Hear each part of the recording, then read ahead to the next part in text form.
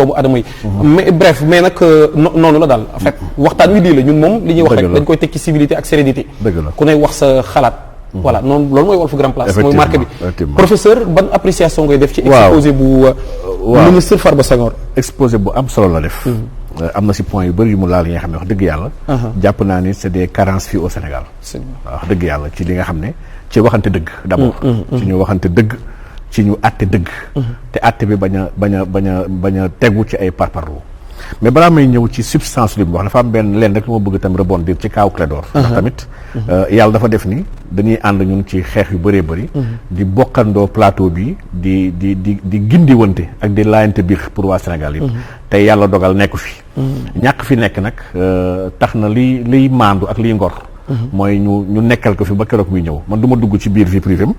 mais xam naa ni. kaawu meurtre bu monsieur le ministre wax léegi. man fekkeewu ma ko. ñu bëri ñu ciy wax it fekkeewuñu ko. atte nañ ko nag jàll na te romb na. atteem yàlla dafa def ni ay rapport balistique sax amoon na ci maanaam dossier bi ñu bëri ñu ciy wax te xamuñu. rapport balistique def nañ ko andi ay experts yu jógee ba dëkk tubaab pour xool bal bi rey ndax bal bi moom la yoroon. te rapport balistique yi daf ko setal. donc suñ demee ba koy amnistie maître Abdoulaye Wade xam nga ni du kuy caaxaan. normalement du amnistie ki nga xam ne ñëpp d'accord ni assassin la. Il y a beaucoup d'éléments troubles dans le dossier. éléments yu doy waar yi nga xam ne wax dëgg yàlla permettre ñu mën a apprécier ni kii moo def nangam malgré que fallait un coupable moom la yàlla nattu mu nekk au mauvais endroit et au mauvais moment donc yàlla na ko yàlla defal tawfiix ku def dëgg-dëgg dafa am ay lu bëri li nga xam ne ci kaw suuf ñun mun ñu ko xam lu may faatuñu ba dem ci yàlla insha allah bu demee yomal xiyaam yàlla dina atte dëgg ndax atte dëgg-dëgg yàllaa ko moom yàlla dañuy wax kan moo nekkoon assassin kan moo nekkoon reykat nit ak kan moo doon def naka sul noonu mais pour revenir à ce que monsieur le ministre wax dafa wax lu am solo ci wàllu infraction mun ñu teg délit ci ay wax Clédor li ñu ko jàppee ay délit wax kese la ku taxaw ne on doit organiser la résistance li mu wax noonu mooy sama wax man mooy waxu keneen ak keneen ñun dañoo gëm ni nous sommes en train de d'aller tout droit vers une dictature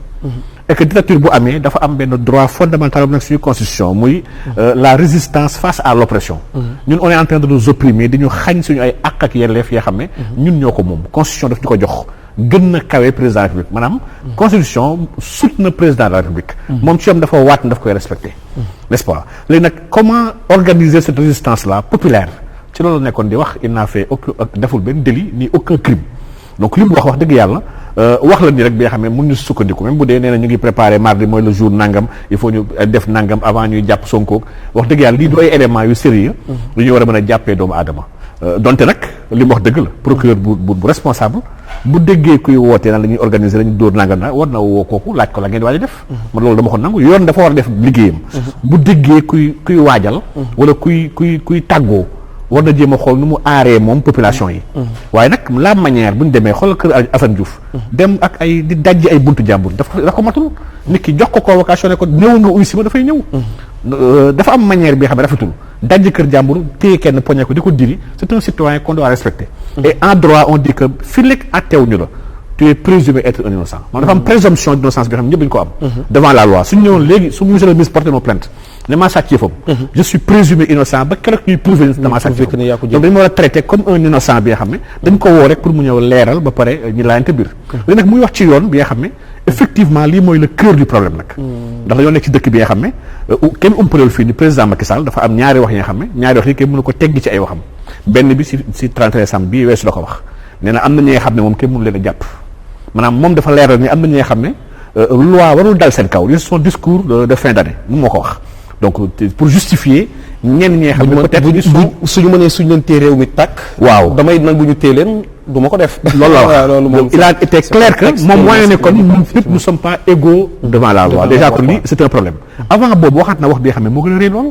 ba ñuy wax ci waxu di ruumanaat ci waxu rapport yi ay rapport OFNAC ak ay IG ak nangam moom wax na ne am na ñu bëri ñi nga xam ne rapport yu bëri maa teg sama conc maa teg sama kudd moo tax kenn jàllalew leen ci ay nitam yi nga xam ne peut-être luubal nañu wala def nañu ay mbir yi nga xam ne naka sanu noonu donc aujourd'hui kon ñu dañoo gis ni te loolu dëkk bi yëpp yëg nañ ko ne que ñun citoyens ñëpp tolloo ñu devant la loi dafa mel ni dafa am kumba am ndey ak kumba amul ndey maanaam ñi ànd ak président moom xam naa ni wax dëgg yàlla ñoom bu leen neexee ñu jalgati yoon kenn def dara Nafi Ngom Keïta fi na taxaw télé di wax ci président Cour bu mu woo ne ko yow sa déclaration de patrimoine ba kooku di ko boole président gi su ne ko waaye yaay laaj sa déclaration bàyyil sama gars yi xam nga ne kon te lii la loi moo ko obligé la loi oblige ñenn ñi ngi def déclaration de patrimoine donc bu amee kon ñenn ñu ànd ak président ñi xam ne ñoom sañ nañu jalgati yoon te dara la ci fekk am ñenn ñi xam ne waxuma sax jalgati yoon bu ñuy foo sax ne dinaa def nangam ñu yàqamte gaaw dóor leen jàpp ne fi ñu bëri ñi nga xam ne si dara xoolal ñoom Fatima Beng élément frappe bu waa France dégage dem maye ndox ay prisonniers jàpp ko tëj ko maye ndox dafa am li nga xam ne tamit su commencé am ci réew day commencé andi yàq-yàq man dama jàpp rek ne ñun ñëpp ñoo bokk bëgg-bëgg ci réew mi muy nguur gi muy askan wi muy takk der yi muy homme politique yi ñun ñëpp ñoo bokk benn ambition ak benn objectif mooy bëgg réew mi jag ba pare nekk si jàmm pour nekk si jàmm nag dafa am benn hauteur bi ngay wax léegi benn grandeur benn sens de l'élégance et de la responsabilité bi nga xam ne njiit ñi yàlla jox réew moom bu ñu ko amul rek dëkk boobu dina nax saay moom pratiqué na Abdoulaye Wade moom mën na seede parce que moom moo ñu gën a xam ñun Macky Sall ak Abdoulaye Wade parce que moom il a travaillé avec Macky Sall dans le gouvernement Macky Sall nekk premier ministre donc ils ont travaillé pendant longtemps dëgg yàlla mais am na wax yu bëri yoo xam ne jamono bii ñu ngi ciy fitnaal ay doomu aadama fii Sénégal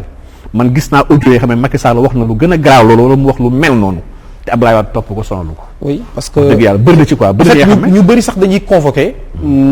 texte boo xam ne moom moo ko defoon benn publication quoi ci Facebook. boobu muy wax ne ñu ngi woon nit ñi ci résistance ñu wàcc xeex. ba jëm ci Abdoulaye Wade. te boobu pourtant Abdoulaye Wade moo doon président Sénégal légalement. yoon jëleegu élection jëleegu ko fi. dëgg la mais aussi. wax ne bu fekkente ne dafa nar a toog pale xaw ma lan dañuy dem. dañ koy déloger